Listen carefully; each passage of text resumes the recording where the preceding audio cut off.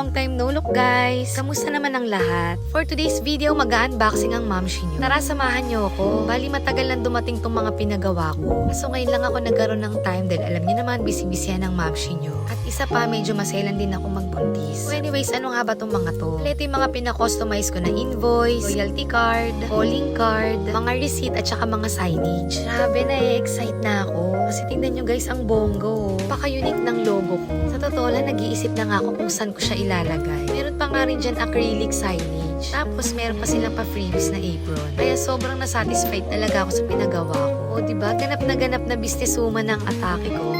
So ayan, para sa lahat ng mga gustong magpa-enhance ng kilay, magpa-microblade, shading, full body massage, facial massage with LED light therapy. PM lang kayo sa Poxy Katoxy FB page na magawa natin ng schedule. Kayong mahihiyang mag-DM guys. Sa dadayo pa kayo sa Tokyo. At least medyo pinalapit para sa lahat ng mga taga-Gunma, taga-Tochigi-ken, Saitama. O at least isang kembot lang sa akin, diba? Kaya minasang Yoroshiko ni Gaishimasa. So ayun na nga, outfit check muna tayo sa bago kong apron. I-flex ko na rin tong acrylic signage ko. O diba, ang bongga, I love it. So ayun lang guys, good luck sa ating lahat. Bye!